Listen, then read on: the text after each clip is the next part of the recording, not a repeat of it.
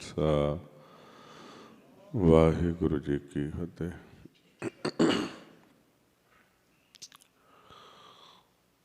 गुरमुख प्यारिओ, ਆਪਾਂ सतगुरु श्री गुरु ग्रंथ साहिब महाराज सच्चे पातशाह जी ਦੀ पावन बाणी ਦੇ ਅਨੁਸਾਰ ਧਰਮ ਦੇ ਮਾਰਗ ਤੇ ਚੱਲਦੇ ਹੋਏ ਆਪਣੇ ਮੂਲ ਸੱਚ ਨਿਰੰਕਾਰ ਦੇ ਨਾਲ ਜੁੜਨ ਦਾ ਯਤਨ ਕਰ ਰਹੇ ਹਾਂ, ਕਿਉਂਕਿ ਜਦੋਂ ਅਸੀਂ ਗੁਰੂ ਦੀ ਸ਼ਰਨ ਵਿੱਚ ਆਉਂਦੇ, ਸਤਿਗੁਰ ਦੀ ਸ਼ਰਨ ਵਿੱਚ ਆਉਂਦੇ, ਸੰਗਤ ਵਿੱਚ ਆਉਂਦੇ ਤਾਂ ਇੱਥੇ ਆਉਣ 'ਤੇ ਸਾਨੂੰ ਗਿਆਨ ਆਉਂਦਾ ਹੈ ਕਿ ਜਦੋਂ ਅਸੀਂ ਸੰਸਾਰ ਵਿੱਚ ਆਏ ਹਾਂ ਤੇ ਮਨ ਉਦੋਂ ਤੋਂ ਹੀ ਕਰਮ ਦੇ ਨਾਲ ਜੁੜ ਗਿਆ ਹੈ ਤੇ ਕਰਮ ਨਾਲ ਜੁੜਦਾ ਹੋਇਆ ਇੰਨਾ ਦੂਰ ਚਲਾ ਗਿਆ, ਆਪਣੇ ਮੂਲ ਨਿਰੰਕਾਰ ਸੱਚ ਦਾ ਇਸ ਨੂੰ ਭੇਦ ਨਹੀਂ ਰਿਹਾ। ਹਾਲਾਂਕਿ ਜਦੋਂ ਮਨ ਮਾਤਾ ਦੇ ਉਦਰ ਵਿੱਚ ਹੁੰਦਾ ਹੈ, ਉਸ ਵਕਤ ਕਰਮ ਤੋਂ ਨਿਵਰਤ ਹੁੰਦਾ ਹੈ। ਉਸ ਵਕਤ ਇਹਦਾ ਧਿਆਨ ਨਿਵਰਤੀ ਕਰਮ ਵਾਲੇ ਪਾਸੇ ਹੈ, ਭਾਵ ਕਿ ਉਦੋਂ ਇਹ ਧਰਮ ਨੂੰ ਦ੍ਰਿੜ ਕਰ ਰਿਹਾ ਹੁੰਦਾ ਹੈ। ਜਦੋਂ ਸੰਸਾਰ ਵਿੱਚ ਪ੍ਰਵੇਸ਼ ਹੁੰਦਾ ਤੇ ਮਨ ਦੀ ਲਿਵ ਨਾਮ ਨਾਲੋਂ ਟੁੱਟ ਜਾਂਦੀ ਹੈ ਤੇ ਮਨ ਪ੍ਰਵਿਰਤੀ ਕਰਮ ਨੂੰ ਦ੍ਰਿੜ ਕਰ ਲੱਗ ਜਾਂਦਾ ਹੈ। ਪ੍ਰਵਿਰਤੀ ਕਰਮ ਨੂੰ ਦ੍ਰਿੜ ਕਰਦਾ ਕਰਦਾ ਕਾਲ ਦੇ ਦੇਸ਼ ਦੇ ਵਿੱਚ ਸੈਂਸੇ ਚਿੰਤਾਵਾਂ, ਦੁਬਿਧਾ, ਹਉਮੈ, ਜਨਮ ਮਰਨ ਦੇ ਗੇੜ ਵਿੱਚ ਚੱਲ ਪੈਂਦਾ ਹੈ, ਦੁਖੀ ਹੁੰਦਾ ਹੈ। ਜਦੋਂ ਗੁਰੂ ਦੀ ਸ਼ਰਨ ਵਿੱਚ ਆਉਂਦਾ ਹੈ ਤਾਂ ਫਿਰ ਇਸ ਨੂੰ ਭੇਦ ਖੁੱਲ੍ਹਦਾ ਹੈ ਤੇ ਉਹ ਇਸ ਨੂੰ ਫਿਰ ਧਰਮ ਦੀ ਜਾਣਕਾਰੀ ਦਿੰਦੇ ਨੇ ਵੀ ਤੂੰ ਸੰਸਾਰ ਦੇ ਵਿੱਚ ਆ ਤਾਂ ਗਿਆ ਹੈ, ਪਰ ਇੱਥੋਂ ਹੁਣ ਸਫਲ ਕਿਵੇਂ ਹੋ ਸਕਦਾ ਹੈ ਜੇ ਤੂੰ ਧਰਮ ਦੇ ਮਾਰਗ 'ਤੇ ਚੱਲੇਗਾ। ਜੇ ਇੱਥੋਂ ਤੇਰਾ ਧਿਆਨ ਟੁੱਟੇਗਾ ਤੇ ਤੂੰ ਧਰਮ ਦੇ ਰਸਤੇ 'ਤੇ ਚੱਲਦਾ ਹੋਇਆ ਆਪਣੇ ਮੂਲ ਦੇ ਨਾਲ, ਸੱਚ ਨਾਲ ਜੁੜ ਜਾਏਗਾ। ਉਹ ਜਿਹੜਾ ਧਰਮ ਦਾ ਮਾਰਗ ਹੈ ਉਹ ਫਿਰ ਸਾਨੂੰ ਪੂਰਾ ਗੁਰੂ ਦ੍ਰਿੜ ਕਰਾਉਂਦਾ ਹੈ। ਮਹਾਰਾਜ ਸੱਚੇ ਪਾਤਸ਼ਾਹ ਦੱਸਦੇ ਨੇ, ਹਰ ਪਹਿਲੀ ਲਾਭ ਪ੍ਰਵਿਰਤੀ ਕਰਮ ਦ੍ਰਿੜਾਇਆ ਬਲਰਾਮ ਜੀਓ। ਮਨ ਦੀ ਜਦੋਂ ਲਿਵ ਟੁੱਟ ਜਾਂਦੀ ਹੈ, ਇਹ ਪ੍ਰਵਿਰਤੀ ਕਰਮ ਦੇ ਨਾਲ ਜੁੜ ਜਾਂਦਾ ਹੈ। ਪ੍ਰਵਿਰਤੀ ਕਰਮ ਹੈ ਧਾਤ ਦਾ ਰਸਤਾ। ਧਾਤ ਦੇ ਰਸਤੇ ਚੱਲਦਾ ਚੱਲਦਾ ਇਹ ਪਾਰ ਬ੍ਰਹਮ ਨੂੰ ਭੁੱਲ ਜਾਂਦਾ ਹੈ। ਮਾਰੇ ਕਹਿੰਦੇ ਨੇ, ਕਿਰਤ ਕਰਮ ਕੇ ਵਿਛੜੇ, ਕਰ ਕਿਰਪਾ ਮੇਲੋ ਰਾਮ। ਗੁਰੂ ਦੀ ਸ਼ਰਨ ਵਿੱਚ ਆਉਂਦਾ, ਬੇਨਤੀ ਕਰਦਾ, ਉਹ ਫਿਰ ਇਸ ਨੂੰ ਕਹਿੰਦੇ ਨੇ ਤੂੰ ਕਰਮ ਨੂੰ ਦ੍ਰਿੜ ਕਰ ਲਿਆ ਹੈ। ਤੇ ਧਰਮ ਨੂੰ ਦ੍ਰਿੜ ਨਹੀਂ ਕੀਤਾ। ਹੁਣ ਜਦੋਂ ਇੱਥੇ ਸਵਾਲ ਹੁੰਦਾ ਹੈ ਤੇ ਜੀਵ ਸਮਝਦਾ ਹੈ ਕਿ ਮੈਂ ਤਾਂ ਕਰਮ ਵੀ ਦ੍ਰਿੜ ਕਰ ਰਿਹਾ ਹਾਂ ਤੇ ਮੈਂ ਤਾਂ ਧਰਮ ਵੀ ਦ੍ਰਿੜ ਕਰ ਰਿਹਾ ਹਾਂ, ਵੀ ਮੈਂ ਤਾਂ ਆਪਣਾ ਜਿਹੜਾ ਕਰਮ ਕਰਦਾ ਹਾਂ ਤੇ ਉਹਦੇ ਨਾਲ ਨਾਲ ਮੈਂ ਤਾਂ ਉਹਨਾਂ ਅਸਥਾਨਾਂ ਤੇ ਵੀ ਜਾਂਦਾ ਹਾਂ, ਉੱਥੇ ਮੈਂ ਧਰਮ ਦੀ ਕਿਰਿਆ ਵੀ ਕਰਦਾ ਹਾਂ। ਉਹ ਫਿਰ ਜਿਹੜਾ ਪੂਰਾ ਗੁਰੂ ਹੈ ਉਹ ਸਮਝਾਉਂਦਾ ਹੈ, ਕਹਿੰਦਾ ਤੁਸੀਂ ਕਰਮ ਦੇ ਨਾਲ ਇੰਨਾ ਬੱਝ ਗਏ ਹੋ ਤੇ ਜਿਹੜੀ ਧਰਮ ਦੀ ਕਿਰਿਆ ਅਸਲ ਨਹੀਂ ਕਰਦੇ। ਤੁਸੀਂ ਜਿਹੜੀ ਕਿਰਿਆ ਕਰਦੇ ਹੋ ਇਹ ਕਰਮ ਦੇ ਨਾਲ ਨਾਲ ਆਪਣੀ ਤ੍ਰਿਸ਼ਨਾ ਦੀ ਪੂਰਤੀ ਵਾਸਤੇ ਤੇ ਤੁਸੀਂ ਇੱਥੋਂ ਆਸਰਾ ਲੈਂਦੇ ਹੋ ਪਰਮਾਤਮਾ ਦਾ, ਨਾਮ ਜਪਦੇ ਹੋ, ਹੋਰ ਕੋਈ ਸਾਧਨ ਕਰਦੇ ਹੋ। ਜਿੰਨੀ ਵੀ ਕਿਰਿਆ ਹੈ ਇਸ ਵਾਸਤੇ ਹੈ ਕਿ ਮੈਨੂੰ ਆਹ ਚੀਜ਼ ਆਹ ਲੋੜ ਮੇਰੀ ਪ੍ਰਾਪਤ ਹੋ ਜਾਏ। ਆਂਦੇ ਤੁਸੀਂ ਇੱਥੋਂ ਨਿਕਲਣ ਵਾਸਤੇ ਨਹੀਂ ਕਰਦੇ ਵੀ ਮੈਂ ਇੱਥੋਂ ਨਿਕਲ ਜਾ, ਮੈਂ ਪਰਮਾਤਮਾ ਦੇ ਨਾਲ ਮਿਲਾਪ ਮੇਰਾ ਹੋ ਜਾਏ। ਜਿੰਨੀ ਦੇਰ ਤੱਕ ਉਸ ਮਾਰਗ 'ਤੇ ਨਹੀਂ ਚੱਲ ਜਾਓਗੇ ਇਹ ਤੁਹਾਡਾ ਜਿਹੜਾ ਕੀਤਾ ਹੋਇਆ ਸਿਰਫ ਇੱਕ ਪਖੰਡ ਰਹਿ ਜਾਏਗਾ ਤੇ ਤੁਹਾਨੂੰ ਜਮ ਲੁੱਟਣਗੇ। ਤੇ ਸਮਝਾਉਂਦੇ ਨੇ ਮਰ ਕਹਿੰਦੇ ਨੇ ਕਰਮ ਧਰਮ ਪਾਖੰਡ ਜੋ ਦਿਸੈ ਤਿੰਨ ਜਮ ਜਗਾਤੀ ਲੁੱਟੇ, ਨਿਰਵਾਣ ਕੀਰਤਨ ਗਾਵੋ ਕਰਤੇ ਕਾ, ਨਿਮਖ ਸਿਮਰਤ ਜਿਤ ਛੁਟੇ। ਵੀ ਜਿਹੜਾ ਧਰਮ ਦਾ ਮਾਰਗ ਹੈ ਉਹ ਸ਼ੁਰੂ ਹੁੰਦਾ ਹੈ ਨਿਰਵਾਣ ਪਦ ਤੋਂ। ਨਿਰਵਾਣ ਤੋਂ ਭਾਵ ਹੈ ਜਦੋਂ ਮਨ ਸੈਂਸੇ ਚਿੰਤਾਵਾਂ ਤ੍ਰਿਸ਼ਨਾਵਾਂ ਦੁਨਿਆਵੀ ਵਿਚਾਰਾਂ ਤੋਂ ਰਹਿਤ ਹੋ ਕੇ ਆਪਣੇ ਅੰਦਰੋਂ ਪਰਮਾਤਮਾ ਦੇ ਨਾਲ ਜੁੜਦਾ ਹੈ, ਨਾਮ ਦੇ ਨਾਲ ਜੁੜਦਾ ਹੈ, ਉਥੋਂ ਧਰਮ ਦਾ ਰਸਤਾ ਸ਼ੁਰੂ ਹੁੰਦਾ ਹੈ। ਕਹਿੰਦੇ ਨੇ ਉਹ ਤੁਸੀਂ ਧਰਮ ਨੂੰ ਦ੍ਰਿੜ ਕਰਨਾ ਹੈ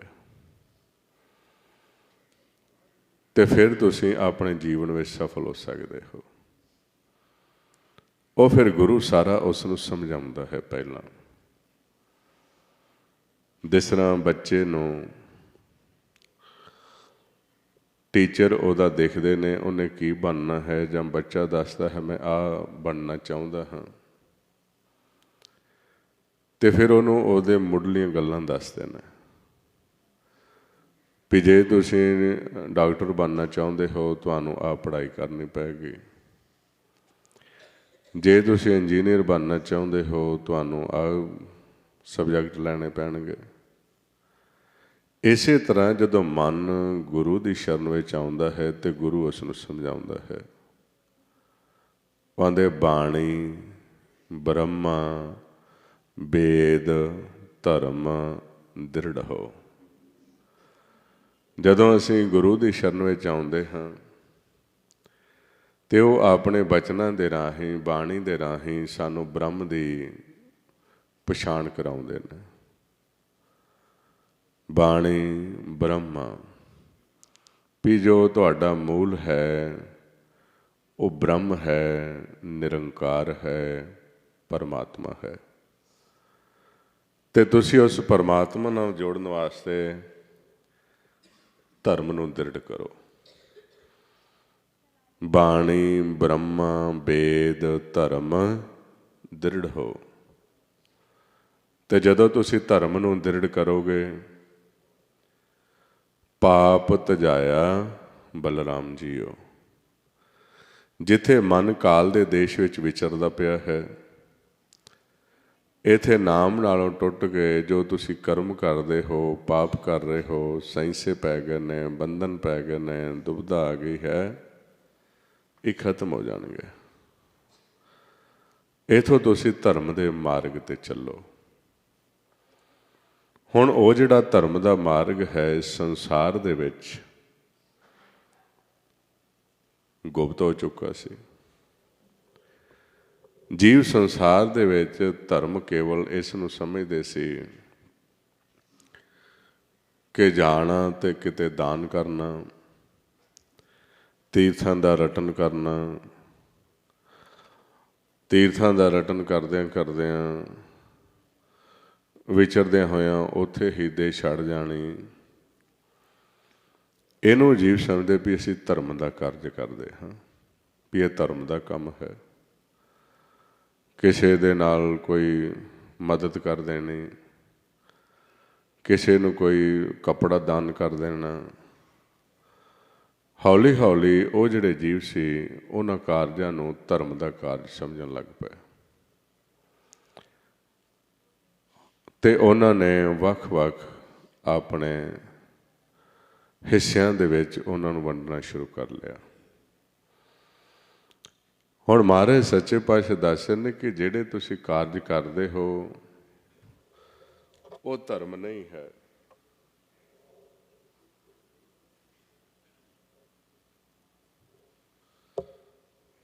ਉਹ ਤਾਂ ਤੁਹਾਡੀ ਡਿਊਟੀ ਹੈ, ਉਹ ਤਾਂ ਤੁਹਾਡਾ ਫਰਜ਼ ਹੈ।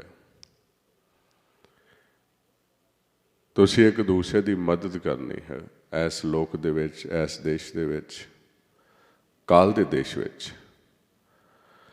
ਇੱਕ ਦੂਸਰੇ ਦਾ ਸਹਾਰਾ ਬਣੋਗੇ, ਇੱਕ ਦੂਸਰੇ ਦੀ ਮਦਦ ਕਰੋਗੇ, ਇੱਕ ਦੂਸਰੇ ਦੇ ਨਾਲ ਮਿਲ ਗਿਲ ਕੇ ਰਹੋਗੇ ਅਤੇ ਤੁਹਾਡਾ ਪਿਆਰ ਬਣੇਗਾ। ਬਾਹਰੀ ਤੌਰ 'ਤੇ ਤੁਸੀਂ ਆਦਾਨ ਪ੍ਰਦਾਨ ਕਰ ਸਕਦੇ ਹੋ ਚੀਜ਼ਾਂ ਦਾ। ਇਸ ਕਰਕੇ ਪਹਿਲਾਂ ਸਮਿਆਂ ਦੇ ਵਿੱਚ ਵਸਤੂ ਵਟਾਂਦਰਾ ਚੱਲਦਾ ਹੁੰਦਾ ਸੀ। ਸ਼ੁਰੂ ਦੇ ਵਿੱਚ ਇੱਥੋਂ ਸੰਸਾਰ ਦੇ ਕੰਮ ਕਾਰ ਚਲਾਉਣ ਵਾਸਤੇ ਜਦੋਂ ਹਾਲੇ ਮੁਦਰਾ ਨਹੀਂ ਬਣੀ, ਪੈਸਾ ਨਹੀਂ ਬਣਿਆ, ਅਤੇ ਵਸਤੂ ਵਟਾਂਦਰਾ ਹੁੰਦਾ ਸੀ। ਚੀਜ਼ਾਂ ਲੈ ਲੈਣੀਆਂ, ਦੇ ਦੇਣੀਆਂ। ਕਿਸੇ ਨੇ ਆਟਾ ਲੈ ਲੈਣਾ, ਚੌਲ ਦੇ ਦੇਣੇ, ਕਿਸੇ ਨੇ ਕੋਈ ਚੀਜ਼ ਲੈ ਲੈਣੀ। ਇਹ ਸ਼ੁਰੂ ਤੋਂ ਇਸੇ ਤਰ੍ਹਾਂ ਚੱਲਦਾ ਹੈ। ਉਹ ਸੀਗੇ ਸਾਡੇ ਫਰਜ਼। ਅਤੇ ਹੌਲੀ ਹੌਲੀ ਉਹਨਾਂ ਨੂੰ ਜੀਵਾਂ ਨੇ ਧਰਮਾਂ ਦੇ ਵਿੱਚ ਬਦਲਣਾ ਸ਼ੁਰੂ ਕਰ ਦਿੱਤਾ। ਜਿਸ ਤਰ੍ਹਾਂ ਕਿਸੇ ਨੇ ਸਿਖਾਇਆ ਵੀ ਆਪਾਂ ਕੰਮ ਕਰਦੇ ਹਾਂ, ਡਿੱਗੇ ਨੂੰ ਉਠਾਉਂਦੇ ਹਾਂ, ਕਿਸੇ ਨੂੰ ਰੋਟੀ ਦਿੰਦੇ ਹਾਂ, ਅਤੇ ਉਹਨੂੰ ਸਮਝਣ ਲੱਗ ਪਏ ਵੀ ਇਹ ਚੰਗਾ ਕੰਮ ਹੈ ਅਤੇ ਜੀਵਾਂ ਕਹਿਣਾ ਵੀ ਇਹ ਧਰਮ ਦਾ ਕਾਰਜ ਹੈ, ਇਹ ਕਰਨਾ ਹੈ। ਪਰ ਹੌਲੀ ਹੌਲੀ ਉਹ ਜਿਹੜੇ ਜੀਵ ਉਹ ਕਾਰਜ ਕਰਦੇ ਸੀ ਉਹ ਇੱਕ ਬੰਧਨਾਂ ਵਿੱਚ ਬੱਝਦੇ ਗਏ। ਉਹ ਜਿੰਨੀ ਵੀ ਸੁਸਾਇਟੀ ਬੰਧਨਾਂ ਵਿੱਚ ਬੱਝਦੀ ਗਈ, ਉਹਨਾਂ ਕਰਮਾਂ ਦੇ ਵਿੱਚ ਉਹ ਆਪਣੇ ਆਪ ਨੂੰ ਧਰਮੀ ਸਮਝਣ ਲੱਗ ਪਏ। ਅਤੇ ਹੌਲੀ ਹੌਲੀ ਗਿਆ ਵੀ ਇਹ ਧਰਮ ਹੈ, ਇਹ ਆਹ ਕੰਮ ਕਰਦੇ ਨੇ। ਉਸ ਦੇ ਵਿੱਚ ਉਹਨਾਂ ਨੇ ਆਪਣਾ ਪਹਿਰਾਵਾ ਪਾਉਣਾ ਸ਼ੁਰੂ ਕਰ ਲਿਆ। ਜਿਸ ਤਰ੍ਹਾਂ ਤੁਸੀਂ ਦੇਖਦੇ ਹੋ ਅੱਜ ਕੱਲ੍ਹ ਛੋਟੀਆਂ ਛੋਟੀਆਂ NGO ਬਣਦੀਆਂ ਨੇ ਦੂਸਰੇ ਦਾ ਭਲਾ ਕਰਨ ਵਾਸਤੇ। ਉਹ ਇਕੱਤਰ ਕਰ ਲੈਂਦੇ ਨੇ, ਆਪਣੀ NGO ਬਣਾਉਂਦੇ ਨੇ ਅਤੇ ਆਪਣੀ ਇੱਕ ਡਰੈਸ ਤਿਆਰ ਕਰ ਲੈਂਦੇ ਨੇ ਵੀ ਇਹ ਸਾਡਾ ਮੈਂਬਰ ਹੈ। ਉਹਦੇ ਉਦੋਂ ਆਪਣੀ NGO ਦਾ ਨਾਂ ਲਿਖਾ ਦਿੰਦੇ ਨੇ। ਦੂਸਰਾ ਦੇਖਦਾ ਵੀ ਇਹ NGO ਦਾ ਹੈ, ਅੱਛਾ ਕੰਮ ਕਰਦਾ ਹੈ, ਉਹਨੂੰ ਦਾਨ ਭੇਟਾ ਦੇਣੀ ਸ਼ੁਰੂ ਕਰ ਦਿੰਦੇ ਨੇ। ਐਸਾ ਤੁਸੀਂ ਦੇਖਦੇ ਹੋ ਥਾਂ ਵੱਖ ਵੱਖ ਬਣੇ ਹੋਏ ਨੇ। ਇਸੇ ਤਰ੍ਹਾਂ ਜਿਹੜੇ ਲੋਕ ਮੁੱਢਲੇ ਕੰਮ ਕਰਦੇ ਸੀ ਉਹ ਜਦੋਂ ਇਕੱਠੇ ਹੁੰਦੇ ਗਏ, ਉਹਨਾਂ ਨੇ ਆਪਣੇ ਆਪ ਦੇ ਵਿੱਚ ਉਹਨੂੰ ਕਹਿਣਾ ਵੀ ਇਹ ਸਾਰੇ ਧਰਮ ਦਾ ਕਾਰਜ ਕਰਦੇ ਨੇ ਅਤੇ ਅਸੀਂ ਇਸ ਧਰਮ ਦੇ ਵਿੱਚ ਹਾਂ। ਉੱਥੋਂ ਧਰਮ ਹੋਂਦ ਵਿੱਚ ਆਉਣੇ ਸ਼ੁਰੂ ਹੋ ਗਏ। ਉਹ ਜੀਵ ਆਪਣੇ ਆਪ ਨੂੰ ਇਹ ਕਾਲ ਦੇ ਦੇਸ਼ ਦੇ ਵਿੱਚ ਕੰਮ ਕਰਦੇ ਅਤੇ ਆਪਣੇ ਆਪ ਨੂੰ ਧਰਮੀ ਸਮਝਣ ਲੱਗ ਪਏ। ਪਰ ਅਸਲ ਜਿਹੜਾ ਧਰਮ ਹੈ ਉਹਦੀ ਪਛਾਣ ਨਹੀਂ ਉਹਨਾਂ ਨੂੰ ਹੋ ਸਕੀ। ਇਹ ਗੁਰੂ ਨਾਨਕ ਦੇਵ ਜੀ ਜਦੋਂ ਸੰਸਾਰ ਵਿੱਚ ਆਏ, ਜਾਂ ਜਿਹੜੇ ਗੁਰਮੁਖ ਜਾਗੇ, ਭਗਤ ਗੁਰਮੁਖ ਜਿਹੜੇ ਸੀ ਗੁਰੂ ਨਾਨਕ ਦੇਵ ਜੀ ਤੋਂ ਸੰਸਾਰ ਵਿੱਚ ਆਉਣ ਤੋਂ ਪਹਿਲਾਂ, ਜਿਸ ਤਰ੍ਹਾਂ ਭਗਤ ਰਵਿਦਾਸ ਜੀ, ਭਗਤ ਨਾਮਦੇਵ ਜੀ, ਭਗਤ ਕਬੀਰ ਜੀ, ਭਗਤ ਤਰਲੋਚਨ ਜੀ, ਭਗਤ ਸਦਨਾ ਜੀ, ਭਗਤ ਧੰਨਾ ਜੀ, ਸਾਰੇ ਗੁਰਮੁਖ ਹੁਣ ਜਦੋਂ ਬਿਲਕੁਲ ਹੀ ਇਸ ਜੀਵ ਇੱਥੇ ਫਸ ਗਏ ਸਾਰੇ, ਤੇ ਮਾਲਕ ਨੇ ਉਹਨਾਂ ਨੂੰ ਜਗਾਇਆ। ਤੇ ਜਦੋਂ ਜਗਾਇਆ ਤੇ ਉਹਨਾਂ ਨੂੰ ਉਹ ਗਿਆਨ ਬਖਸ਼ਿਸ਼ ਹੋਇਆ ਅਸਲ ਧਰਮ ਦਾ। ਤੇ ਉਹਨਾਂ ਨੇ ਫਿਰ ਦੱਸਿਆ ਵੀ ਸੰਸਾਰ ਦੇ ਜਿਹੜੇ ਜੀਵ ਨੇ ਉਹ ਬਾਹਰੀ ਤੌਰ ਤੇ ਪਰਪੱਕ ਹੋ ਗਏ ਨੇ, ਇੰਨੇ ਪਰਪੱਕ ਹੋ ਗਏ ਨੇ ਤੇ ਉਸੇ ਨੂੰ ਆਪਣਾ ਅਸਲੀ ਧਰਮ ਸਮਝਦੇ ਨੇ, ਤੇ ਜਿਹੜਾ ਆਪਣਾ ਅਸਲ ਧਰਮ ਹੈ ਉਹ ਭੁੱਲ ਚੁੱਕੇ ਨੇ। ਜਿਸਾਂ ਹੁਣ ਮਾਰੇ ਕਹਿੰਦੇ ਨੇ ਕਲਯੁਗ ਦਾ ਧਰਮ ਕਹੋ ਤੁਮ ਪਾਈ, ਕਿ ਛੂਟੇ ਹਮ ਛੁਟਕਾ ਕੇ। ਉਹ ਹੁਣ ਮਹਾਰਾਜ ਸੱਚੇ ਪਾਤਸ਼ਾਹ ਜਦੋਂ ਗੁਰਮੁਖਾਂ ਨੂੰ ਜਗਾਇਆ ਤੇ ਉਹਨਾਂ ਨੇ ਦੇਖਿਆ, ਤੇ ਉਹ ਉਹਨਾਂ ਸਥਾਨਾਂ 'ਤੇ ਗਏ, ਉਹਨਾਂ ਥਾਵਾਂ 'ਤੇ ਗਏ ਜਿੱਥੇ ਲੋਕ ਇਹ ਧਰਮ ਦੇ ਕਾਰਜ ਕਰਦੇ ਸੀ। ਉਹਨਾਂ ਦੱਸਿਆ ਵੀ ਇਹ ਅਸਲ ਨਹੀਂ ਹੈ, ਇਹ ਤਾਂ ਤੁਹਾਡਾ ਫਰਜ਼ ਹੈ, ਪਰ ਤੁਸੀਂ ਇਸ ਨੂੰ ਧਰਮ ਵਿੱਚ ਪਰਪੱਕ ਕਰ ਲਿਆ। ਇਹਦੇ ਨਾਲ ਇੱਥੇ ਤਾਂ ਠੀਕ ਹੈ, ਪਰ ਦਰਗਾਹ ਦੇ ਵਿੱਚ ਤੁਹਾਨੂੰ ਥਾਂ ਨਹੀਂ ਮਿਲੇਗੀ। ਤੁਹਾਨੂੰ ਦਰਗਾਹ ਦੇ ਵਿੱਚ ਸੁਰਖਰੂ ਨਹੀਂ ਹੋ ਸਕਦੇ ਤੁਸੀਂ। ਤੇ ਮਹਾਰਾਜ ਨੇ ਬਚਨ ਬਾਣੀ ਵਿੱਚ ਦਰਜ ਕੀਤੇ। ਉਹ ਆਂਦੇ ਨੇ ਬਹੁ-ਬਿਧ ਧਰਮ ਨਿਰੂਪੀਏ, ਵੀ ਬਹੁਤ ਸੰਸਾਰ ਦੇ ਜਿਹੜੇ ਜੀਵ ਨੇ ਉਹ ਇਸ ਤਰ੍ਹਾਂ ਆਪਣੇ ਆਪ ਨੂੰ ਧਰਮ ਦੀ ਕਿਰਿਆ ਵਿੱਚ ਲਾਉਂਦੇ ਨੇ। ਬਹੁ-ਬਿਧ ਧਰਮ ਨਿਰੂਪੀਏ, ਕਰਤਾ ਦੀਸੇ ਸਭ ਲੋਏ। ਤੇ ਸਾਰਾ ਸੰਸਾਰ ਆਪਣੇ ਆਪ ਨੂੰ ਧਰਮੀ ਸਮਝਣ ਲੱਗ ਪਿਆ। ਇਹ ਸਾਰੇ ਹੀ ਆਪਣੇ ਆਪ ਨੂੰ ਧਰਮੀ ਸਮਝਣ ਲੱਗ ਪਏ ਇੱਥੇ ਵੇਚਣ ਵਾਲੇ। ਉਹ ਆਂਦਾ ਮੈਂ ਫਲਾਣੇ ਧਰਮ ਦੇ ਵਿੱਚ ਹਾਂ, ਉਹ ਆਂਦਾ ਮੈਂ ਫਲਾਣੇ ਧਰਮ ਦੇ ਵਿੱਚ ਹਾਂ, ਉਹ ਆਂਦਾ ਮੈਂ ਫਲਾਣੇ ਧਰਮ ਦੇ ਵਿੱਚ ਹਾਂ। ਉਹਨਾਂ ਨੂੰ ਸਵਾਲ ਕੀਤਾ ਵੀ ਤੁਸੀਂ ਧਰਮੀ ਹੋ ਤੇ ਆਪਣੇ ਆਪ ਨੂੰ ਸਮਝਦੇ ਹੋ, ਪਰ ਇੱਥੋਂ ਤੁਸੀਂ ਪਾਰ ਬ੍ਰਹਮ ਤੱਕ ਕਿਵੇਂ ਪਹੁੰਚੋਗੇ? ਉਹ ਤਾਂ ਰਸਤਾ ਤੁਸੀਂ ਖੋਜਿਆ ਹੀ ਨਹੀਂ ਹੈ। ਉਹ ਅਸਲ ਧਰਮ ਜਿਹੜਾ ਸੀ ਉਹ ਤਾਂ ਤੁਸੀਂ ਚੱਲੇ ਹੀ ਨਹੀਂ ਉਹਦੇ ਤੇ ਤੁਸੀਂ ਇੱਥੋਂ ਨਿਕਲ ਨਹੀਂ ਸਕਦੇ। ਬਹੁ-ਬਿਧ ਧਰਮ ਨਿਰੂਪੀਏ, ਕਰਤਾ ਦੀਸੇ ਸਭ ਲੋਏ। ਕਿਹੇ ਕਰਮ ਤੇ ਛੁਟੀਏ, ਜੇ ਸਾਦੇ ਸਿੱਧ ਹੋਏ। ਵੀ ਇੱਥੋਂ ਤੁਸੀਂ ਛੁੱਟ ਨਹੀਂ ਸਕਦੇ, ਇਹ ਤਾਂ ਤੁਸੀਂ ਫਸਦੇ ਜਾਓਗੇ ਹੋਰ। ਹੁਣ ਜਦੋਂ ਉਹਨਾਂ ਗੁਰਮੁਖਾਂ ਨੇ ਦੱਸਣਾ ਸ਼ੁਰੂ ਕੀਤਾ ਵੀ ਅਸਲੀ ਧਰਮ ਪਰਮਾਤਮਾ ਦੇ ਨਾਲ ਜੁੜਨਾ ਹੈ, ਤੇ ਜਿਹੜੇ ਇੱਥੇ ਧਰਮ ਦੇ ਨਾਂ 'ਤੇ ਆਪਣਾ ਚਲਾ ਰਹੇ ਸੀ, ਤੇ ਉਹਨਾਂ ਨੇ ਲੜਨਾ ਸ਼ੁਰੂ ਕਰ ਦਿੱਤਾ। ਦੁਬਿਧਾ ਆ ਗਈ ਮਨਾਂ ਦੇ ਵਿੱਚ, ਉਹਨਾਂ ਦੇ ਈਰਖਾ ਆ ਗਈ। ਐਸੀ ਅਵਸਥਾ ਵਿੱਚ ਉਹਨਾਂ ਨੂੰ ਸਜ਼ਾਵਾਂ ਦੇਣਾ ਸ਼ੁਰੂ ਕੀਤੀਆਂ। ਤੇ ਆਪਾਂ ਦੇਖਦੇ ਹਾਂ ਕਿਸ ਤਰ੍ਹਾਂ ਭਗਤ ਕਬੀਰ ਸਾਹਿਬ ਜੀ ਨੂੰ ਵੀ ਸਿਰਫ ਪਰਮਾਤਮਾ ਦਾ ਉਹ ਪ੍ਰਚਾਰ ਕਰਦੇ ਸੀ, ਨਿਰੰਕਾਰ ਦੀ ਗੱਲ ਕਰਦੇ ਸੀ, ਤੇ ਉਹਨਾਂ ਦੂਸਰਿਆਂ ਨੇ ਦੁਬਿਧਾ ਵਿੱਚ ਆ ਕੇ ਉਹਨਾਂ ਨੂੰ ਸਜ਼ਾਵਾਂ ਦਿੱਤੀਆਂ। ਇਸੇ ਦਾ ਭਗਤ ਨਾਮਦੇਵ ਜੀ ਨੂੰ ਬੰਨ੍ਹ ਗਏ ਤੇ ਹਾਥੀ ਦੇ ਗਾੜੀ ਸੁੱਟਿਆ ਗਿਆ। ਤੇ ਉਹਨੂੰ ਕਹਿੰਦਾ ਵੀ ਤੂੰ ਜਿਹੜੇ ਰੱਬ ਦੀ ਗੱਲ ਕਰਦਾ ਦਿਖਾ ਹਾਂ, ਉਹ ਕਿਹੜਾ ਰੱਬ ਹੈ, ਕੌਣ ਹੈ ਪਰਮਾਤਮਾ। ਐਸੀ ਕਿਰਿਆ ਨੂੰ ਜੀਵ ਅਸਲ ਸਮਝਦੇ ਸੀ। ਉਹ ਇੰਨਾ ਫਲਾਹ ਕਰ ਚੁੱਕਾ ਸੀ ਵੀ ਜੇ ਤੁਸੀਂ ਉਹਨਾਂ ਦੇ ਬਣਾਏ ਹੋਏ ਅਸਥਾਨਾਂ 'ਤੇ ਜਾਓਗੇ, ਤੇ ਉਹਨਾਂ ਨੇ ਇੱਕ ਰੂਲ ਹੀ ਕੱਢ ਦਿੱਤਾ ਸੀ ਵੀ ਜੇ ਇੰਨਾ ਦਾਨ ਕਰੋਗੇ ਤਾਂ ਸਵਰਗਾਂ ਵਿੱਚ ਥਾਂ ਮਿਲ ਜਾਏਗੀ ਤੁਹਾਨੂੰ, ਹੋਰ ਕੁਛ ਵੀ ਕਰਨ ਦੀ ਲੋੜ ਨਹੀਂ। ਤੇ ਜੇ ਤੁਸੀਂ ਨਾ ਕੀਤਾ ਤੇ ਤੁਹਾਨੂੰ ਨਰਕਾਂ ਦੇ ਜਾਣਾ ਪਏਗਾ। ਤੇ ਉਹ ਜੀਵ ਇੰਨੇ ਡਰ ਗਏ, ਘਬਰਾਉਂਦੇ ਸੀ। ਤੇ ਆਪਣੇ ਧਨ ਦੌਲਤ ਦੇ ਵਿੱਚੋਂ ਬਹੁਤ ਸਾਰਾ ਦਾਨ ਕਰਦੇ ਸੀ ਉੱਥੇ। ਤੇ ਉੱਥੇ ਵਸਣ ਵਾਲੇ ਜਿਹੜੇ ਸੀ ਉਹਦਾ ਇਸਤੇਮਾਲ ਆਪਣੇ ਰਹਿਣ ਸਹਿਣ ਵਾਸਤੇ ਕਰਨ ਲੱਗ ਪਏ। ਤੇ ਉਹਨਾਂ ਦਾ ਸੰਬੰਧ ਫਿਰ ਜਿਹੜੇ ਉੱਥੋਂ ਦੇ ਰਾਜੇ ਮਹਾਰਾਜੇ ਉਹਨਾਂ ਦੇ ਨਾਲ, ਉਹਨਾਂ ਦੇਖਿਆ ਵੀ ਇਹ ਤਾਂ ਜਦੋਂ ਅਸਲ ਦਾ ਚੱਲ ਪਿਆ ਤੇ ਇੱਥੇ ਸਾਨੂੰ ਕੌਣ ਦੇਗਾ। ਹੁਣ ਭਗਤ ਨਾਮਦੇਵ ਜੀ ਨੇ ਦੱਸਿਆ, ਉਹ ਆਂਦੇ ਨੇ ਗੰਗਾ ਜੋ ਗੋਦਾਵਰ ਜਾਈਏ, ਕੁੰਭ ਜੋ ਕਿਦਾਰ ਨਹਾਈਏ, ਗੋਮਤੀ ਸਹਿਸ ਗਊ ਦਾਨ ਕੀਜੇ, ਆਤਮ ਜੋ ਨਿਰਮਾਇਲ ਕੀਜੇ, ਆ ਬਰਾਬਰ ਕੰਚਨ ਦੀਜੇ, ਰਾਮ ਨਾਮ ਸਰ ਤੋ न ਪੁੱਜੇ। ਛੋੜ ਛੋੜ ਰੇ ਪਖੰਡੀ, ਹਰ ਕਾ ਨਾਮ ਨਿਤ ਨਿਤ ਲੀਜੇ। ਨਾਮ ਦੇ ਨਾਲ ਜੁੜਨਾ ਹੈ। ਹੁਣ ਉੱਥੇ ਆਪਾਂ ਦੇਖਦੇ ਹਾਂ ਕਿ ਉਹਨਾਂ ਨੂੰ ਕਿਸ ਤਰ੍ਹਾਂ ਸਜ਼ਾਵਾਂ ਦੇਣੀਆਂ ਸ਼ੁਰੂ ਕੀਤੀਆਂ। ਹੁਣ ਗੁਰੂ ਨਾਨਕ ਦੇਵ ਮਹਾਰਾਜ ਸੱਚੇ ਪਾਤਸ਼ਾਹ ਜੀ ਜਦੋਂ ਪ੍ਰਗਟ ਹੋਏ, ਉਹਨਾਂ ਨੇ ਦੇਖਿਆ ਵੀ ਇਹ ਮਾਇਆ ਦੇ ਘਰ ਦੇ ਵਿੱਚ ਧਰਮ ਦ੍ਰਿੜ ਕਰ ਰਹੇ ਨੇ, ਤੇ ਐਸੀ ਅਵਸਥਾ ਵਿੱਚ ਅਸਲ ਜਿਹੜਾ ਧਰਮ ਹੈ ਉਹਦਾ ਇਹਨਾਂ ਨੂੰ ਭੇਦ ਨਹੀਂ। ਉੱਥੋਂ ਫਿਰ ਗੁਰੂ ਨਾਨਕ ਦੇ ਘਰ ਨੇ ਸਾਨੂੰ ਭੇਜ ਦੇਣਾ ਸ਼ੁਰੂ ਕੀਤਾ ਸੰਸਾਰ ਨੂੰ। ਉਹਨਾਂ ਦੱਸਿਆ ਕਿ ਧਰਮ ਦੀ ਪਰਿਭਾਸ਼ਾ ਕੀ ਹੈ, ਧਰਮ ਨੂੰ ਕਿਵੇਂ ਆਪਾਂ ਲੈ ਕੇ ਅੱਗੇ ਚੱਲ ਸਕਦੇ ਹਾਂ।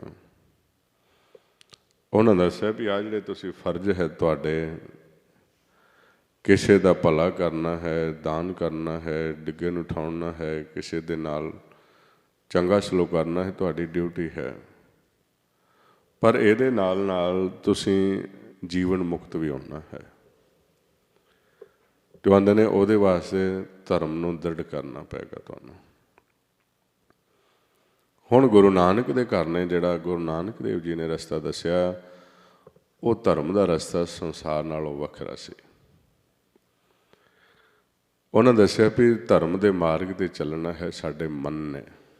ਆ ਮਨ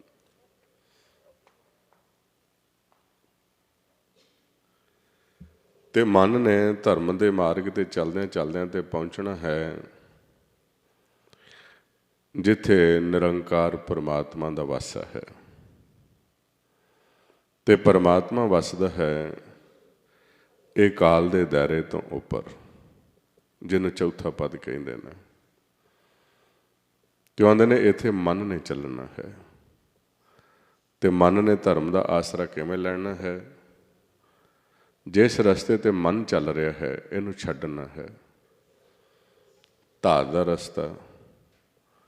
ਤੇ ਉਹਨਾਂ ਜਦੋਂ ਸਮਝਾਇਆ, ਬਾਣੀ ਬ੍ਰਹਮਾ ਵੇਦ ਧਰਮ ਦ੍ਰਿੜ ਹੋ, ਪਾਪ ਤਜਾਇਆ ਬਲਰਾਮ ਜੀਓ। ਤੇ ਗੁਰਮੁਖ ਪੁੱਛਣ ਲੱਗੇ ਵੀ ਧਰਮ ਨੂੰ ਕਿਵੇਂ ਦ੍ਰਿੜ ਕਰਨਾ ਹੈ? ਵੀ ਅਸੀਂ ਤਾਂ ਦੇਖਦੇ ਹਾਂ ਕਿ ਸਾਰਾ ਸੰਸਾਰ ਧਰਮ ਦੀ ਕਿਰਿਆ ਕਰਦਾ ਹੈ। ਆਂਦੇ ਵੀ ਇਹ ਬਾਹਰ ਮੁਖੀ ਹੈ। ਧਰਮ ਦ੍ਰਿੜੋ ਹਰ ਨਾਮ ਧਿਆਵੋ। ਧਰਮ ਦ੍ਰਿੜ ਜਦੋਂ ਤੁਸੀਂ ਕਰਨਾ ਹੈ, ਤੁਹਾਡੀ ਜਿਹੜੀ ਲਿਵ ਹੈ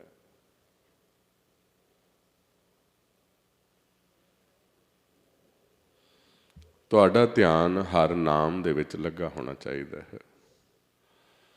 ਜੇ ਤੁਸੀਂ ਨਾਮ ਨਾਲ ਜੁੜੋਗੇ ਤੇ ਤੁਸੀਂ ਧਰਮ ਦੇ ਮਾਰਗ 'ਤੇ ਚੱਲੋਗੇ। ਮਨ ਨੇ ਧਰਮ ਦੇ ਮਾਰਗ 'ਤੇ ਚੱਲਣਾ ਹੈ। ਤੇ ਮਨ ਕਦੋਂ ਧਰਮ ਦੇ ਮਾਰਗ 'ਤੇ ਚੱਲਦਾ ਹੈ?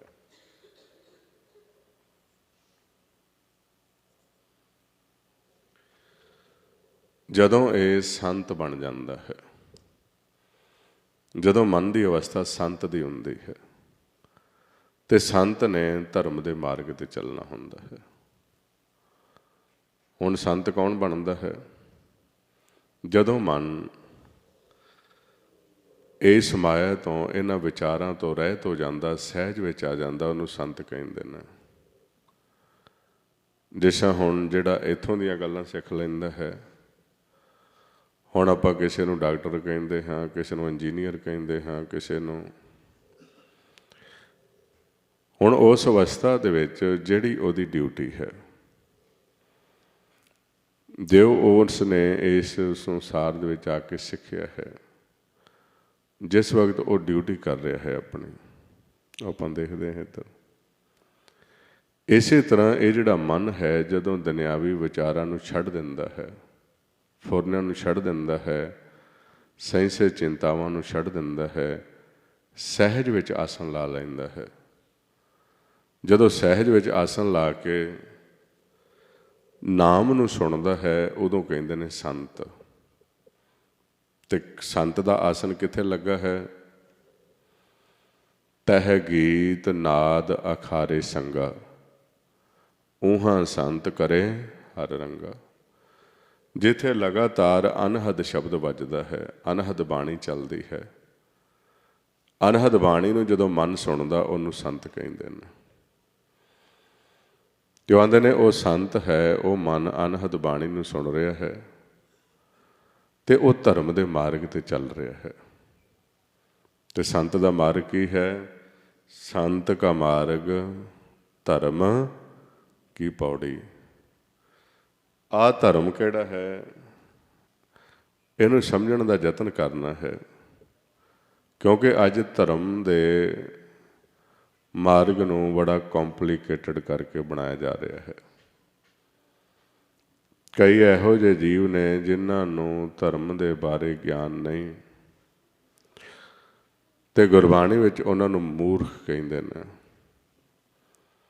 ਤੇ ਜਿਹੜੇ ਮੂਰਖ ਨੇ ਉਹ ਕਈ ਵਾਰ ਧਰਮ ਦੀ ਡੈਫੀਨੇਸ਼ਨ ਦੇਣੀ ਸ਼ੁਰੂ ਕਰ ਦਿੰਦੇ ਨੇ। ਹੁਣ ਇੱਕ ਬੋਲ ਰਿਹਾ ਸੀ ਮੂਰਖ, ਤੇ ਉਹਨੂੰ ਆਇਸ਼ ਧਰਮ ਦਾ ਨਹੀਂ ਪਤਾ ਜੋ ਗੁਰੂ ਨਾਨਕ ਦੇਵ ਜੀ ਨੇ ਸ਼ੁਰੂ ਕੀਤਾ ਹੈ। ਉਹ ਇਸ ਮਾਇਆ ਦੇ ਘਰ ਦੇ ਵਿੱਚ ਜਿਹੜੇ ਸਾਡੇ ਫਰਜ਼ ਨੇ, ਇਨਸਾਨੀ ਬਹੁਤੇ ਜੀਵ ਇਹੋ ਹੀ ਕਹਿੰਦੇ ਨੇ ਵੀ ਇਨਸਾਨੀ ਧਰਮ ਹੀ ਹੁੰਦਾ ਹੈ। ਹੁਣ ਇਨਸਾਨੀ ਧਰਮ ਕੀ ਹੈ? ਉਹਨੂੰ ਸਵਾਲ ਕਰਨ ਵਾਲਾ ਕੋਈ ਹੋਵੇ। ਹੁਣ ਇਨਸਾਨ ਦਾ ਕੀ ਫਰਜ਼ ਹੈ? ਧਰਮ ਤੇ ਧਰਮ ਨੂੰ ਕੀ ਹੈ? ਫਰਜ਼ ਕੀ ਨੇ ਉਸਦੇ? ਹੁਣ ਕੀ ਇੱਕ ਬੱਚਾ, ਇੱਕ ਇਨਸਾਨ ਆਪਣੇ ਬੱਚਿਆਂ ਨੂੰ ਪਾਲ ਰਿਹਾ ਹੈ, ਤੋ ਇਨਸਾਨੀ ਧਰਮ ਤਾਂ ਨਿਭਾ ਹੀ ਰਿਹਾ ਹੈ। ਹੋਰ ਕੀ ਕਰਨਾ ਹੈ ਫਿਰ ਉਸਨੇ? ਉਹ ਆਲੇ ਦੁਆਲੇ ਨੂੰ ਕਰ ਰਿਹਾ ਹੈ, ਉਹ ਜੋ ਕਰ ਰਿਹਾ ਹੈ ਉਹ ਆਪਣਾ, ਉਹਦਾ ਇੱਕ ਫਰਜ਼ ਹੈ ਬੱਚਿਆਂ ਨੂੰ ਪਾਲਣਾ, ਦੂਸਰੇ ਦੀ ਸੇਵਾ ਕਰਨੀ, ਘਰ ਆਏ ਨੂੰ ਰੋਟੀ ਖਵਾਉਣੀ। ਤੇ ਜੇ ਸਿਰਫ ਇੱਥੇ ਹੀ ਸੀਮਤ ਹੋ ਜਾਏ ਵੀ ਇਨਸਾਨ ਦਾ ਸਿਰਫ ਇਹੋ ਹੀ ਕੰਮ ਹੈ ਵੀ ਬੱਚਿਆਂ ਨੂੰ ਪਾਲਣਾ, ਆਪਣੇ ਆਲੇ ਦੁਆਲੇ ਨੂੰ ਸੰਭਾਲਣਾ, ਇਹੋ ਹੀ ਕੰਮ ਹੈ, ਇਹਨੂੰ ਇਨਸਾਨੀ ਧਰਮ ਕਹਿੰਦੇ ਨੇ। ਤੇ ਕੀ ਉਹ ਜੀਵਨ ਮੁਕਤ ਹੋ ਜਾਏਗਾ? ਹਾਂਜੀ, ਤੁਸੀਂ ਸੋਚ ਕੇ ਦੱਸੋ ਵੀ ਉਹ ਅਮਰ ਪਦ ਵੀ ਪ੍ਰਾਪਤ ਕਰ ਸਕਦਾ ਹੈ? ਤੇ ਜੇ ਉਹ ਅਮਰ ਪਦ ਵੀ ਨਹੀਂ ਕਰਾ ਸਕਦਾ, ਇਨਸਾਨ ਦਾ ਮਤਲਬ ਕੀ ਹੈ? ਮਾਰੇ ਗੁਰਬਾਣੀ ਦੱਸਦੇ ਨੇ, ਹੁਕਮ ਪਛਾਣੇ ਏਕੋ ਜਾਣੇ, ਬੰਦਾ ਕਹੀਏ ਸੋਈ। ਬੰਦਾ, ਇਨਸਾਨ, ਮਨੁੱਖ ਉਹ ਤਾਂ ਹੀ ਹੈ ਜੇ ਉਹ ਪਰਮਾਤਮਾ ਨੂੰ ਪਛਾਣਦਾ ਹੈ। ਤੇ ਜੇ ਇਕੱਲਾ ਉਹ ਪੁੱਤਰ ਕਲੱਤਰ ਵਿੱਚ ਹੈ, ਲੋਕਾਂ ਨੂੰ ਰੋਟੀਆਂ ਖਵਾਉਣ ਵਿੱਚ ਹੈ, ਇੱਕ ਦੂਸਰੇ ਮਦਦ ਕਰਨ ਵਿੱਚ, ਤੇ ਜੋ ਪਰਮਾਤਮਾ ਨੂੰ ਪਛਾਣਦਾ ਹੀ ਨਹੀਂ, ਤੇ ਉਹਨੂੰ ਬੰਦਾ ਗਿਣਿਆ ਹੀ ਨਹੀਂ ਹੈ ਮਹਾਰਾਜ ਨੇ। ਇਨਸਾਨ ਦਾ ਅਸਲੀ ਧਰਮ ਕੀ ਹੈ? ਹੁਣ ਜਿਸ ਤਰ੍ਹਾਂ ਕਹਿ ਲੈਂਦੇ ਵੀ ਨਾਮ ਜਪਣ ਦੀ ਕੋਈ ਲੋੜ ਨਹੀਂ, ਸੰਗਤ ਜਾਣ ਦੀ ਕੋਈ ਲੋੜ ਨਹੀਂ, ਇਨਸਾਨੀ ਧਰਮ ਨਿਭਾਓ। ਤੇ ਜੀਵਾਂ ਨੂੰ ਪਤਾ ਨਹੀਂ ਹੁੰਦਾ, ਉਹ ਸਮਝਦੇ ਹਨ ਸਾਨੂੰ ਵੀ ਇਹੋ ਹੀ ਕੰਮ ਹੈ ਇਨਸਾਨੀ। ਮਨੁੱਖ ਦਾ ਕੀ ਕੰਮ ਹੈ? ਉਹ ਆਂਦੇ ਨੇ ਭਈ ਪ੍ਰਾਪਤ ਮਾਨੁਖ ਦੇ ਹੁਰੀਆ, ਗੋਬਿੰਦ ਮਿਲਣ ਕੀ ਇਹ ਤੇਰੀ ਬਰੀਆ। ਹੁਣ ਇਹ ਜਿਹੜੀ ਦੇਹੀ ਮਨ ਨੂੰ ਮਿਲੀ ਹੈ, ਤੇ ਇਹ ਤਾਂ ਪਰਮਾਤਮਾ ਨੂੰ ਮਿਲਣ ਵਾਸਤੇ ਮਿਲੀ ਹੈ। ਤੇ ਜੇ ਉਹ ਪਰਮਾਤਮਾ ਨੂੰ ਮਿਲਣ ਵਾਸਤੇ ਐਫਰਟ ਨਹੀਂ ਕਰਦਾ, ਜਾਂ ਪਰਮਾਤਮਾ ਨੂੰ ਮਿਲਦਾ ਨਹੀਂ, ਇੱਥੇ ਜੋ ਮਰਜ਼ੀ ਕਰੀ ਜਾਵੇ, ਉਹ ਤਾਂ ਬਿਰਥ ਹੀ ਹੈ। ਮਹਾਰਾਜ ਕਹਿੰਦੇ ਨੇ ਮਨੁੱਖ ਬਿਨ ਬੂਝੇ ਬਿਰਥਾ ਆਇਆ। ਮਨੁੱਖ ਹੈ, ਇਨਸਾਨ ਹੈ, ਜੇ ਉਹ ਨਾਮ ਨੂੰ ਨਹੀਂ ਬੁੱਝਦਾ, ਪਰਮਾਤਮਾ ਦੇ ਨਾਲ ਨਹੀਂ ਜੁੜਦਾ, ਉਹਦਾ ਜਨਮ ਬੇਅਰਥ ਹੈ। ਮਨੁੱਖ ਬਿਨ ਬੂਝੇ ਬਿਰਥਾ ਆਇਆ, ਅਨੇਕ ਸਾਜ ਸਿੰਗਾਰ ਬਹੁ ਕਰਤਾ, ਜੋ ਮਿਰਤਕ ਉਡਾਇਆ। ਆਉਂਦੇ ਨੇ ਜੇ ਉਹ ਬੁੱਝਦਾ ਨਹੀਂ ਨਾਮ ਨੂੰ, ਪਰਮਾਤਮਾ ਨੂੰ, ਤੇ ਸਰੀਰ ਨੂੰ ਸਵਾਰੀ ਜਾਂਦਾ ਹੈ, ਆਪਣੇ ਨੂੰ ਸ਼ਿੰਗਾਰ ਕਰਦਾ ਹੈ। ਤੇ ਆਉਂਦੇ ਨੇ ਉਹ ਤਾਂ ਇਸ ਤਰ੍ਹਾਂ ਹੈ ਜਿਸ ਤਰ੍ਹਾਂ ਇੱਕ ਲਾਸ਼ ਹੈ, ਮਿਰਤਕ। ਮਿਰਤਕ ਉਸ ਨੂੰ ਕਹਿੰਦੇ ਨੇ, ਮਿਰਤਕ ਹੈ ਉਹ। ਤੇ ਹੁਣ ਆਪਾਂ ਦੇਖਦੇ ਹਾਂ ਕਈ ਇਹੋ ਜਿਹੇ ਮੂਰਖ ਨੇ, ਉਹਨਾਂ ਨੂੰ ਧਰਮ ਦਾ ਪਤਾ ਨਹੀਂ, ਤੇ ਉਹ ਕਹਿਣਗੇ ਵੀ ਇਹ ਧਰਮ ਦਾ ਕੋਈ ਹੈ ਨਹੀਂ ਹੈ। ਗੁਰੂ ਨਾਨਕ ਦੇਵ ਜੀ ਨੇ ਕੋਈ ਧਰਮ ਨਹੀਂ ਚਲਾਇਆ। ਹੁਣ ਗੁਰੂ ਨਾਨਕ ਦੇਵ ਜੀ ਨੇ ਅਸਲ ਧਰਮ ਦਾ ਭੇਦ ਸਾਨੂੰ ਦਿੱਤਾ ਹੈ, ਅਸਲ ਧਰਮ ਦਾ ਮਾਰਗ ਦੱਸਿਆ ਹੈ। ਜਿਹੜੇ ਗੁਰੂ ਨਾਨਕ ਦੇਵ ਜੀ ਦੀ ਸ਼ਰਨ ਵਿੱਚ ਆਏ, ਜਦੋਂ ਮਹਾਰਾਜ ਨੇ ਵਿਚਾਰ ਕੀਤੀ, ਉਹਨਾਂ ਦੇ ਆਪ ਫੁਰਨੇ ਰੁਕ ਗਏ। ਉਹਨਾਂ ਨੂੰ ਕਹਿ ਦਿੱਤਾ ਸੰਤ, ਤੇ ਸੰਤਾਂ ਨੂੰ ਫਿਰ ਗੁਰੂ ਨਾਨਕ ਦੇਵ ਜੀ ਨੇ ਨਾਮ ਦੇ ਨਾਲ ਜੋੜਿਆ ਤੇ ਉਹਨਾਂ ਨੂੰ ਇਸ ਮਾਰਗ ਦੇ ਤੋਰ ਦਿੱਤਾ। ਉਥੋਂ ਗੁਰੂ ਨਾਨਕ ਦੇਵ ਜੀ ਨੇ ਇਹ ਮਾਰਗ ਸ਼ੁਰੂ ਕੀਤਾ, ਪਰਮਾਤਮਾ ਦੇ ਮਿਲਾਪ ਦਾ ਰਸਤਾ। ਤੇ ਕਿਵੇਂ ਸ਼ੁਰੂ ਕਰਨਾ ਹੈ? ਉਹ ਆਉਂਦੇ ਨੇ ਹਰ ਨਾਮ ਨੂੰ ਕਿਵੇਂ ਦੇ, ਨਾਮ ਦ੍ਰਿੜੋ, ਹਰ ਨਾਮ ਤੇ ਆਵੋ। ਨਾਮ ਦੇ ਨਾਲ ਜੁੜਨਾ ਹੈ। ਉਸ ਨਾਮ ਦਾ ਭੇਦ ਦਿੱਤਾ। ਉਹ ਹੁਣ ਨਾਮ ਕਿੱਥੇ ਹੈ? ਜਿਹੜੇ ਐਸ ਲੋਕ ਦੇ ਕਾਲ ਦੇ ਦੇਸ਼ ਦੇ ਵਿੱਚ ਤੁਰੇ ਫਿਰਦੇ ਸੀ, ਉਹਨਾਂ ਨੂੰ ਨਾਮ ਦਾ ਨਹੀਂ ਸੀ ਪਤਾ। ਗੁਰੂ ਨਾਨਕ ਦੇਵ ਜੀ ਨੇ ਸਮਝਾਇਆ, ਦੱਸਿਆ ਕਿ ਉਹ ਨਾਮ ਤੁਹਾਡੇ ਅੰਦਰ ਗੁਪਤ ਹੈ, ਇਸ ਦੇਹੀ ਦੇ ਅੰਦਰ ਹੈ। ਜਿਸ ਤਰ੍ਹਾਂ ਆਪਾਂ ਨੂੰ ਪਾਤਸ਼ਾਹ ਨੇ ਸਮਝਾਇਆ, ਬਾਣੀ ਵਿੱਚ ਦੱਸਣ ਲੱਗੇ। ਉਹ ਕਹਿੰਦੇ ਨੇ ਅੱਠੀਂ ਪੈਰੀਂ ਅੱਠ ਖੰਡ, ਨਾਵਾਂ ਖੰਡ ਸਰੀਰ, ਤਿਸ ਵਿੱਚ ਨੌ ਨਿਧ ਨਾਮ, ਇੱਕ ਭਾਲੇ ਗੁਣੀ ਗਹੀਰ। ਵੀ ਇਹ ਸਰੀਰ ਵੀ ਇੱਕ ਖੰਡ ਹੈ, ਇਹਦੇ ਵਿੱਚ ਨਾਮ ਹੈ, ਤੇ ਉਸ ਨਾਮ ਨੂੰ ਤੁਸੀਂ ਲੱਭਣਾ ਹੈ, ਖੋਜਣਾ ਹੈ, ਪਰਿਪੂਤ ਕਰਨਾ ਹੈ। ਹੁਣ ਉਹ ਅੰਦਰੋਂ ਨਾਮ ਬੁੱਝਿਆ ਨਹੀਂ, ਤੇ ਬਾਹਰ ਜਿਹੜੇ ਜੀਵ ਸੀ ਉਹ ਤੁਰੇ ਫਿਰਦੇ ਰਹੇ। ਮਹਾਰਾਜ ਕਹਿੰਦੇ ਨੇ ਉਹ ਨਾਮ ਅੰਦਰ ਹੈ ਸਾਡੇ। ਨੌ ਨਿਧ ਅੰਮ੍ਰਿਤ ਪ੍ਰਭ ਕਾ ਨਾਮ, ਦੇਹੀ ਮੈਂ ਇਸ਼ਕ। ਉਹ ਕਹਿਣ ਲੱਗੇ ਵੀ ਨਾਮ ਤੁਹਾਡੇ ਅੰਦਰ ਹੈ, ਜਿੱਥੋਂ ਧਰਮ ਦਾ ਮਾਰਗ ਸ਼ੁਰੂ ਹੋਣਾ ਹੈ ਤੁਹਾਡਾ। ਤੇ ਜੀਵਾਂ ਨੇ ਸਵਾਲ ਕੀਤਾ ਵੀ ਨਾਮ ਅੰਦਰ ਤਾਂ ਹੈ, ਪਰ ਸਾਨੂੰ ਹੁਣ ਪਤਾ ਨਹੀਂ, ਸਾਨੂੰ ਪ੍ਰਗਟ ਨਹੀਂ ਹੈ। ਉਹਦੇ ਗੁਪਤ ਹੈ। ਕਿਵੇਂ ਪ੍ਰਗਟ ਹੋਏਗਾ? ਤੇ ਫਿਰ ਦੱਸਿਆ, ਉਹ ਆਂਦੇ ਨੇ ਗੁਰ ਸਤਿਗੁਰ ਗੁਰ ਪੂਰਾ ਆਰਾਧੋ। ਆਂਦੇ ਨੇ ਪਹਿਲਾਂ ਤੁਸੀਂ ਸਿਮਰਨ ਕਰੋ, ਫਿਰ ਨਾਮ, ਹਰ ਨਾਮ ਪ੍ਰਗਟ ਹੋਏਗਾ, ਫਿਰ ਧਰਮ ਦ੍ਰਿੜ ਹੋਏਗਾ ਤੁਹਾਡਾ। ਧਰਮ ਦ੍ਰਿੜੋ, ਹਰ ਨਾਮ ਤੇ ਆਵੋ। ਸਿਮਰਤ ਨਾਮ ਦ੍ਰਿੜਾਇਆ। ਤੇ ਇਸ ਨਾਮ ਤੱਕ ਕਿਵੇਂ ਪਹੁੰਚਾਂਗੇ? ਆਂਦੇ ਗੁਰ ਸਤਿਗੁਰ ਗੁਰ ਪੂਰਾ ਆਰਾਧੋ। ਆਂਦੇ ਨੇ ਪਰਮਾਤਮਾ ਦਾ ਸਿਮਰਨ ਕਰੋ, ਸਭ ਕਿਲਵਿਖ ਪਾਪ ਗਵਾਇਆ। ਇਹ ਤੁਹਾਡੇ ਜਿਹੜੇ ਪਾਪ ਨੇ, ਕਿਲਵਿਖ ਨੇ, ਸਹਿੰਸੇ ਨੇ, ਚਿੰਤਾਵਾਂ ਨੇ, ਇਹ ਖਤਮ ਹੋ ਜਾਣਗੀਆਂ, ਫੁਰਨੇ ਰੁਕ ਜਾਣਗੇ। ਸਹਿਜ ਦੇ ਵਿੱਚ ਤੁਸੀਂ ਚਲੇ ਜਾਓਗੇ। ਸਹਿਜ ਦੇ ਵਿੱਚ ਜਾ ਕੇ ਤੁਹਾਡੀ ਲਿਵ ਨਾਮ ਦੇ ਨਾਲ ਜੁੜੇਗੀ।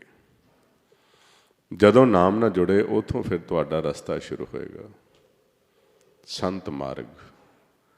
ਉਹ ਫਿਰ ਗੁਰੂ ਨਾਨਕ ਦੇਵ ਜੀ ਨੇ ਸੰਸਾਰ ਦੇ ਵਿੱਚ ਜਿਹੜੇ ਜੀਵ ਆਏ ਉਹਨਾਂ ਸੰਤਾਂ ਨੂੰ, ਮਨਾਂ ਨੂੰ, ਸੰਤਾਂ ਨੂੰ, ਉਹਨੂੰ ਸੰਤ ਕਹਿ ਲਓ,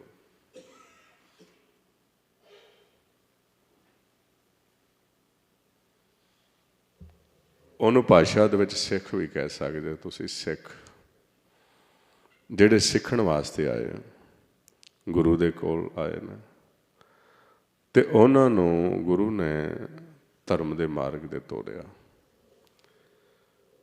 ਹੁਣ ਜਿਹੜੇ ਜਿਹੜੇ ਉਹ ਸੰਤ ਇਸ ਨਾਮ ਨਾਲ ਜੁੜਦੇ ਗਏ, ਧਰਮ ਦੇ ਮਾਰਗ ਜੁੜਦੇ ਗਏ, ਉਹਨਾਂ ਨੇ ਇੱਕ ਤਰੀਕਾ, ਗੁਰ, ਵਿਧੀ ਸਿੱਖ ਲਈ, ਉਹ ਪਰਪੱਕ ਹੋ ਗਏ, ਉਹ ਸੰਤ ਬਣ ਗਏ, ਉਹ ਸਿੱਖ ਬਣ ਗਏ।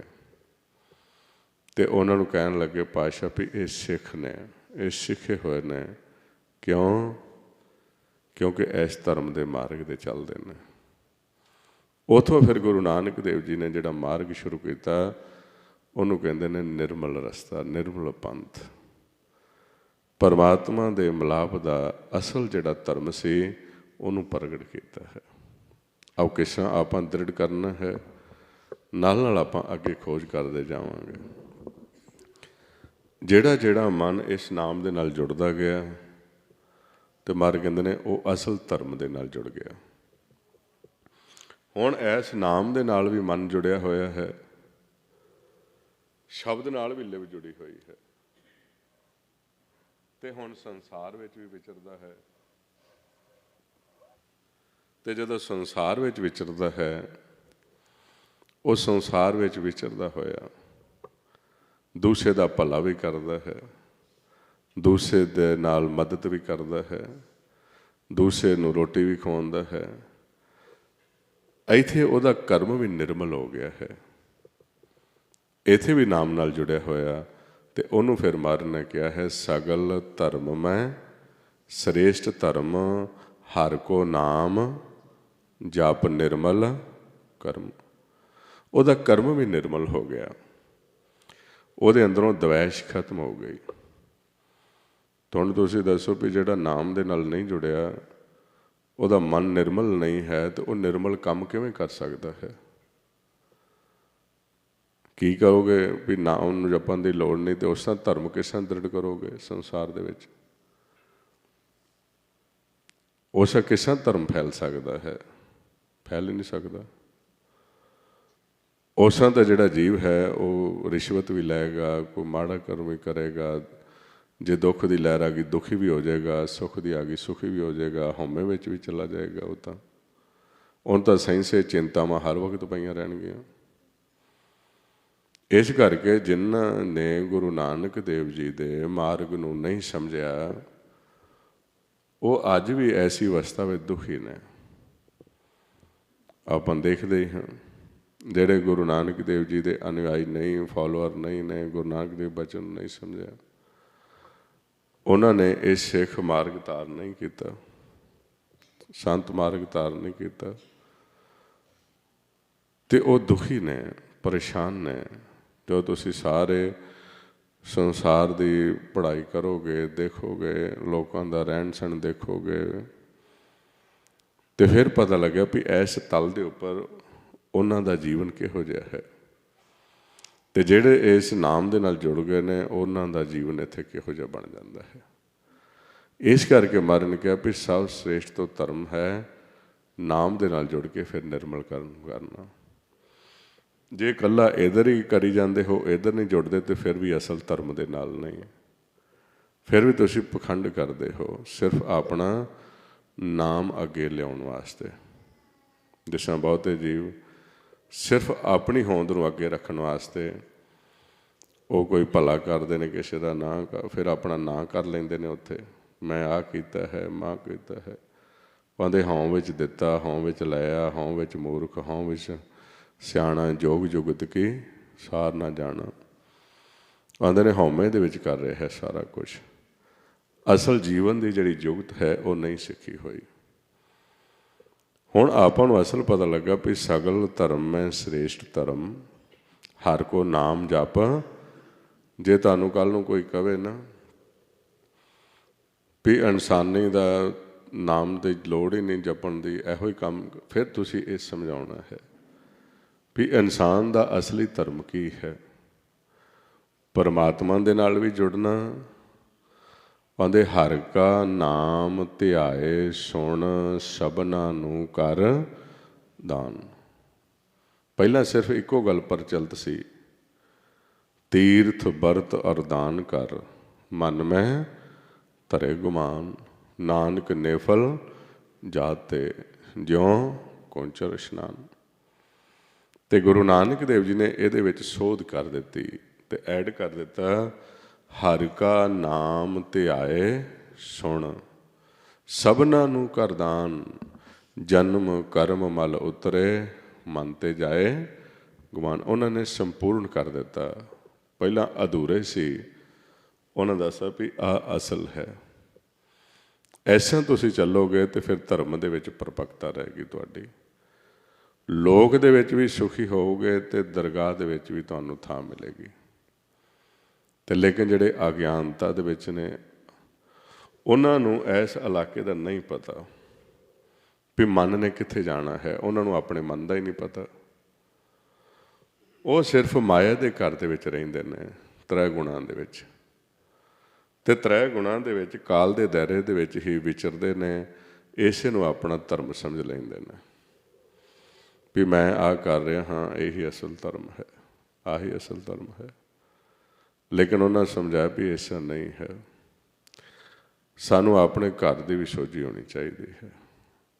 आओ हुण आपां नाल नाल प्रैक्टिकल भी करना है और अपने संगी साथियों को दसना भी किसा असल धर्म दे नाल किहड़ा धर्म कलयुग दे विच महान है, किसा असीं लोक भी सुखी बना सकते हाँ, तो परलोक जिहड़ा है उहदे विच भी आपां प्रवेश हो सकते हाँ, तो वह है हर नाम।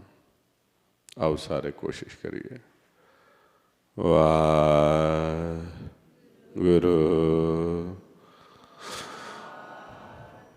गुरु वाहिगुरू वाहिगुरू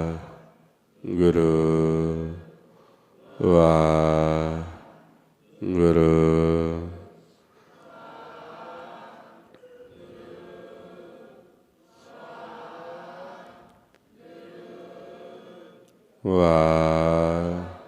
वाहिगुरू वाहिगुरू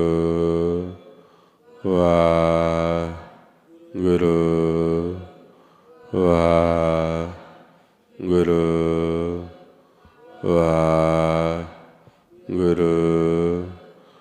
वाहिगुरू वाहिगुरू